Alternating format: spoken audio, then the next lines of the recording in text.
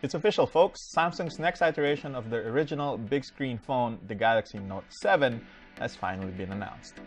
By now, many of you already have an idea of what the phone will look like, considering the amount of leaks that's made its way to the internet in the past few weeks. The new device brings quite a few new features to the Note series, but folks familiar with Samsung's S family of phones may come away with a distinct sense of deja vu once they finally get their hands on the phone. This is John Nieves, and before we begin, let's take a look at the specs of the Samsung Galaxy Note 7.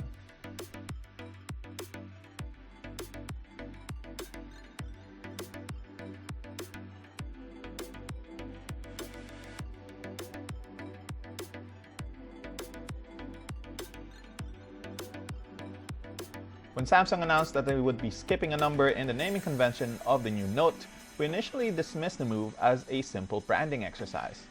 Now that we have the Galaxy Note 7 in our hands, we realized that it was actually something more. Now it's apparent that the Korean company is looking to consolidate both the look and feel of its flagship devices, differentiating them only by screen size and functionality. The Note 7 inherits many of the same design cues as the Galaxy S7 Edge, namely the edge-to-edge display and the sloping curve at the back, which, funnily enough, originally came out in the Note 5. The phone's easier to hold on to thanks to an overall thinner profile and a curved back compared to the Note 5. The overall design language is undoubtedly Samsung, and while it looks eerily familiar to the flagship devices released earlier this year, they've upgraded the materials in the phone, switching out the Gorilla Glass 4 panels with a tougher Gorilla Glass 5, which incidentally is the first phone to have this kind of protection, and an AL7000 aluminum frame. The Note 7 has also inherited the IP68 water resistance of the current crop of S series of phones, and the S Pen works even though the screen is wet. Speaking of the S Pen, Samsung's refined the writing implement on the Note 7 to make it more precise. Overall latency has dropped to just 50 ms, and Samsung's increased the pressure sensitivity that the pen can detect. The tip of the pen has also been reduced to 0.7 mm, which closely mimics the head of a real pen. The newest feature in the Note 7 is the iris scanner. It's yet another layer of security that Samsung's integrated into the Note 7, which they say is much more secure than a regular fingerprint scanner. In a way, they're right. Fingerprint scanners can be spoofed and requires physical contact, while the iris scanner is near impossible to spoof. Even if you have an identical twin, he or she can open your phone even if they try. To make the iris scanner work, Samsung's put in a secondary front-facing camera along with a 5-megapixel f1.7 aperture lens-equipped camera that serves as the main selfie cam.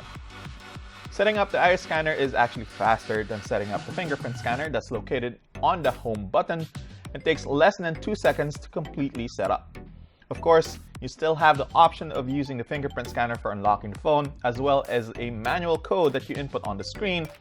But to be honest, we really don't know why you want to do that, since the iris scanner is far superior to those methods anyway. The scanner also works even if you're using glasses or contacts, though obviously people wearing sunglasses will have to take them off for it to function. While there's a lot of new stuff in the Note 7, there's a couple of old stuff in the phone as well. It still uses the same 12-megapixel camera with dual pixel technology found on the S7 and S7 Edge, with some software tweaks thrown in. We're not surprised that Samsung used the same camera, to be honest, since it's still one of the best shooters in a mobile device today, and our sample photos and video taken in low light proves it.